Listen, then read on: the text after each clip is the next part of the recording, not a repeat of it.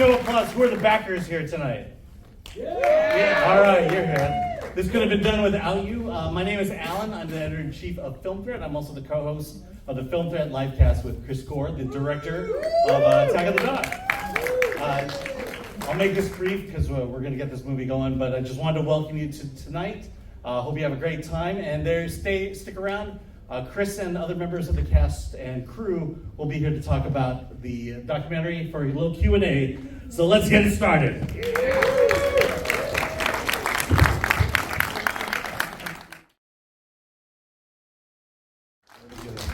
Hey, big hand to the cast. Everyone behind the front. Bobby is here. Chris, do you have anything to say? I hope you thought it was entertaining. It's a love letter to G4 and Attack of the Show, and it was made by a bunch of guys who were in junior high when they were watching. I'm serious. I met this guy, Bobby Schwartz. We were at a bar. Go figure. It was Hollywood and Highland. What bar was it? I think it was the Cantina. The Cantina, Cabo Cabo Wabo. And he was a mere child when he used to watch the show. And so Chris took me in and he made me make a movie. but it's like at the beginning when it says made by fans for fans, like I was a fan of the show, but I was on the show. And everyone here, Austin Smith, Walter Areas, Anthony Ray Bench, Bobby Schwartz, we're all fans of the show who were children when they watched it, and thank God for their amazing parents. We'd like to give a big shout out to all of our parents. Yes. Oh, yeah. Some of them are here. Just tell me, it's done. You did it. What was, you guys are fans of Attack of the Show. While you were putting this together, what are some of the feelings and thoughts you had while you were pulling this film together? I literally answered this during the first Q&A, so I apologize for anybody who stayed for both showings. It was really cool because G4 was canceled in 2013, and I started work on the doc in late 2020. So a lot of the footage that we were kind of cultivating and creating a library with, I hadn't seen in a long time. And as a fan, Chris says junior high, I was in college. As a fan that literally came home every day and just really looked forward to watching Attack of the Show and just G4 in general, that footage meant a lot to me. It took me back to a much simpler time in my life, and it was, quite frankly, just really cool to relive those memories, and also kind of sad because you know that it's never going to come back in the way that it was. It was very cool, nostalgic, and ultimately bittersweet.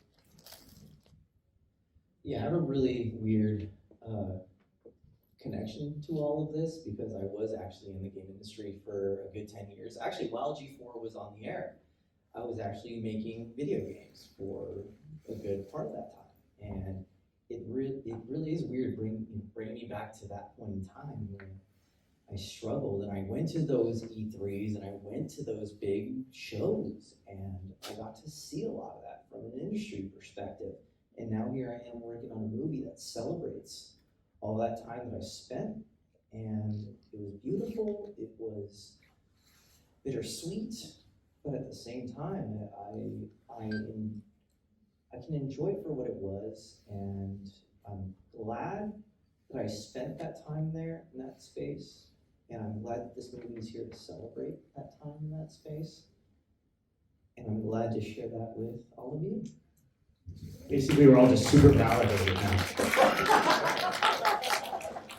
Yeah, it's weird looking back on that time, especially for Bobby and I. We were literally kids when that was on the air, and if nothing else, it was a big time capsule for the era because I was like, wow, this was just a lot of fun, and it feels like we're kind of missing a lot of that in at least media nowadays. And I gotta say, Attack of the Show was way ahead of its time. I remember doing research, watching old episodes on YouTube, and they were covering stuff in like 2006, like they were in Japan covering phones that you unlock with your thumbprint, and it's like, I don't think we got that over here till like, what, 2010 or something? Yeah. And yeah, stuff like that. I was blown away. I was like, these guys were on it.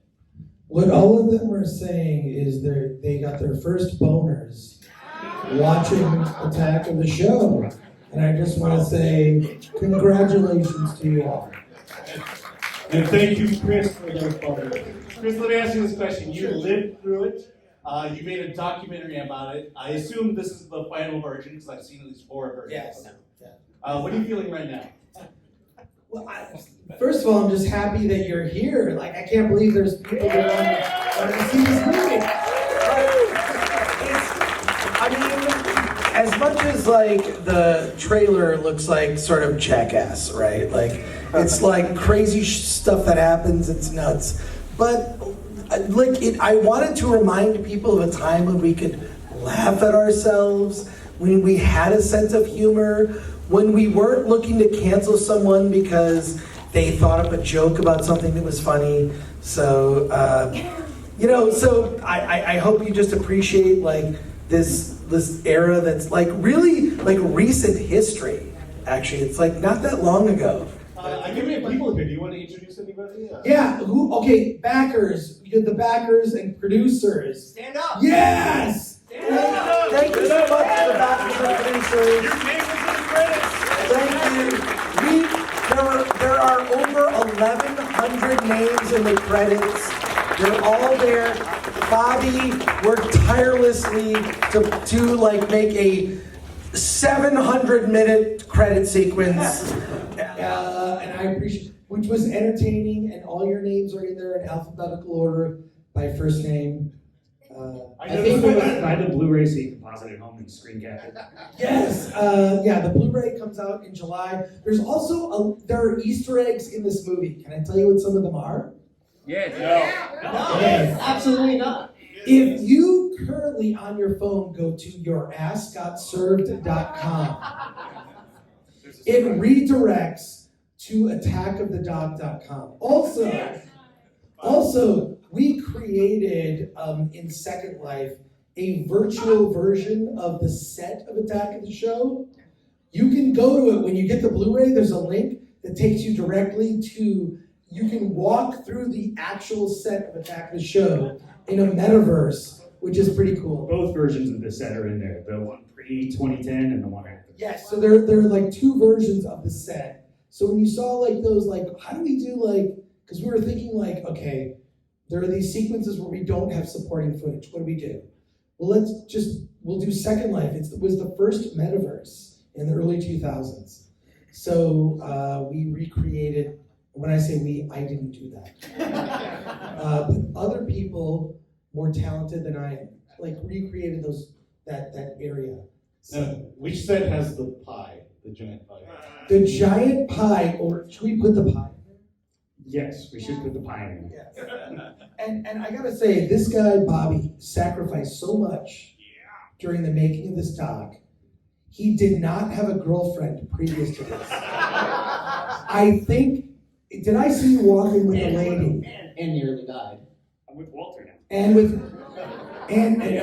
I'm just saying, I'm really happy for you. I'm really happy for you. Thank you. So, Thank you, I appreciate it. this guy, this really cool. Hey, Dave. Yes! Yes, hi, Tom Bechtel, big fan. Tommy! Tommy! Mine's a two-parter.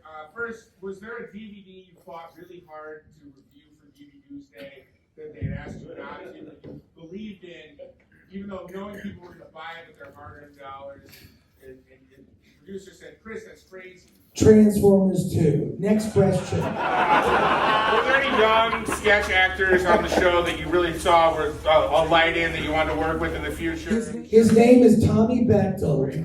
Was one of the Tommy Bechtel, by the way, who was one of the recurring improv actors who was on Attack of the Show. I love Tommy. I'm going to hug him later. We're happy to have you here, Tom. Yes! Oh, yeah. This is actually, Wait, what? Yeah, so we need the story of the My jeans. I jeans. think this is important because for a decade now, everyone's been unclear about why you screamed my jeans and not like my ass or something. First of all, my ass really hurt. There was a mic pack in the back of my jeans, my phone. I was concerned about mostly my phone. And when I lost my footing because my jeans were too tight,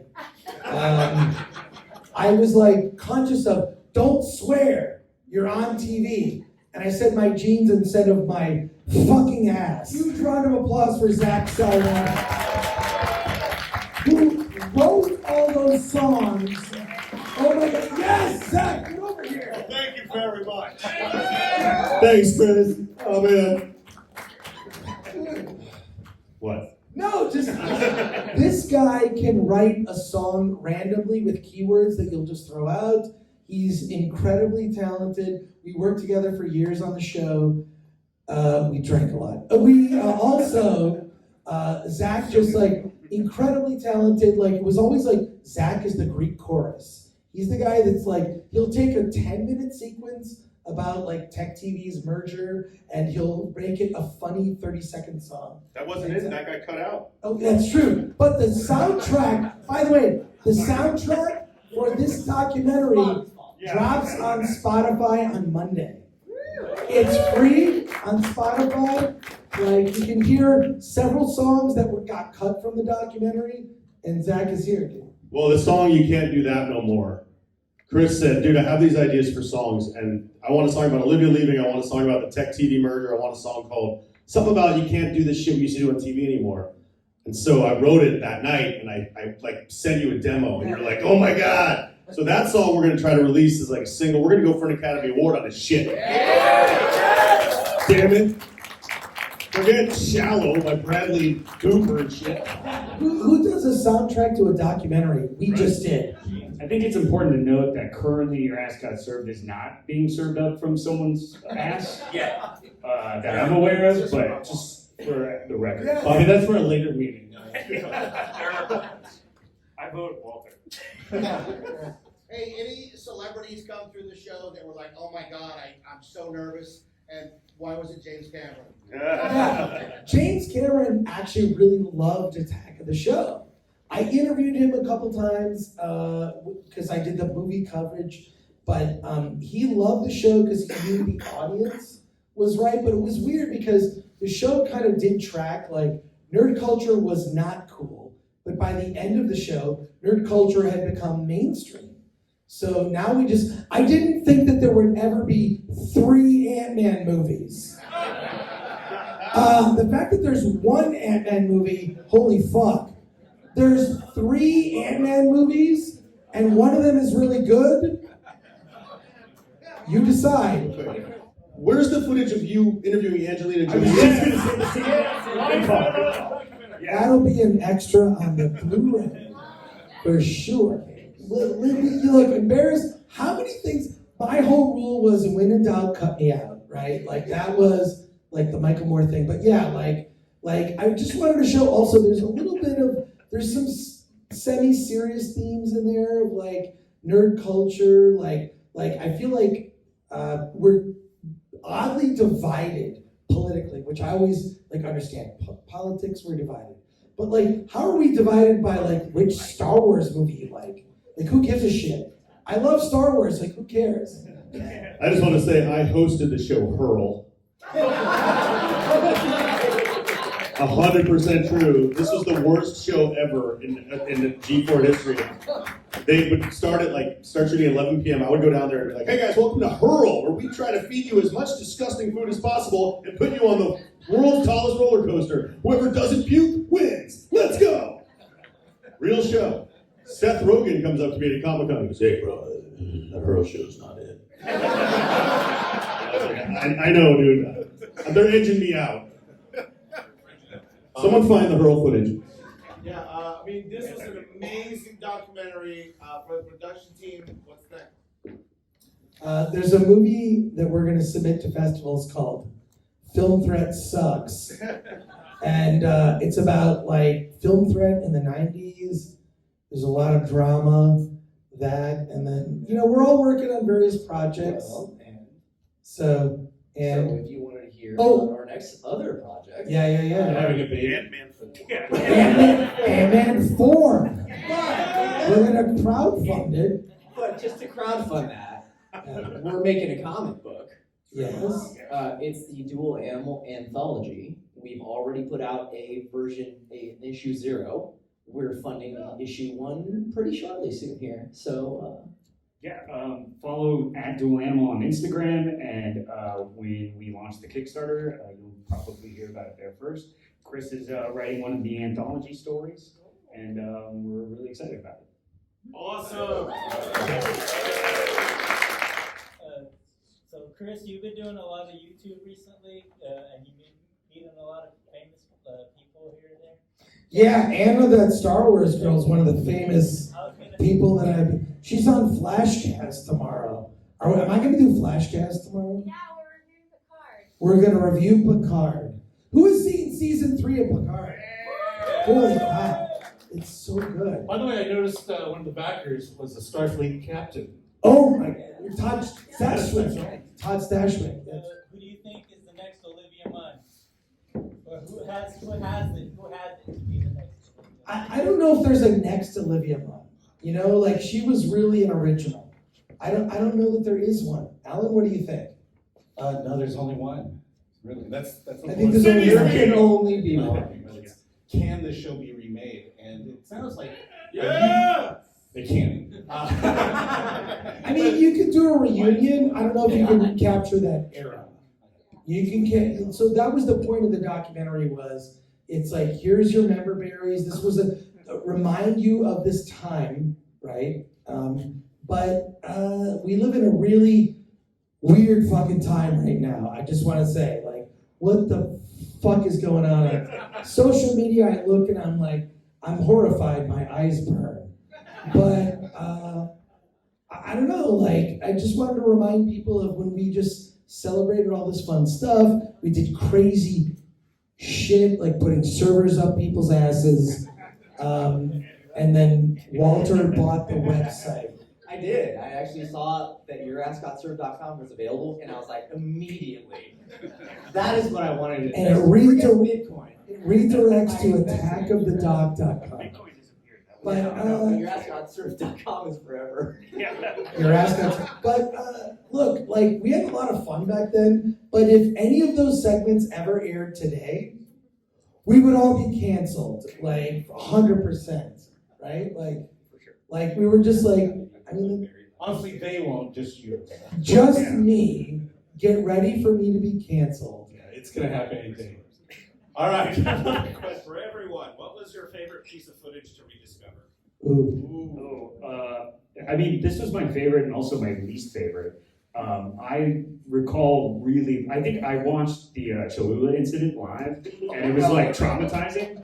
And one of the things we decided to do, because we're really smart people in regards to marketing and promotion, for the Kickstarter, when we were trying to generate interest in for accumulating backers, they made me do the Cholula thing, and so I took I don't know, probably 6 shots, and I don't know, maybe a couple people saw that, and so I died for the movie exists, so it's a win. By the way, it's gonna be on the Blu-ray. Yeah. So you'll be able to see that there. And if you watch it, you'll hear somebody giggling in the background the entire time. That's me. You'll just see Bobby's soul leave his body as she's taking each shot. For me, it was the Avatar Jeremy's Dragon Corner, because I remember watching that. I was obsessed with Avatar before it came out, and when it came out, I was like, that's all right. But yeah, I was really obsessed, and I remember watching that and just laughing my ass off, just imagining James Cameron researching dragon sex, as a thing he did for Avatar. I still, that's my headcanon. I 100% believe it. The camera, baby, too legit to quit. maybe like the Comic-Con footage, because I actually just thought about this somewhat recently. My buddy and I went to Comic-Con in like 2008 or 2009, and I think we walked past that stage, and I don't think I knew what it was at the time.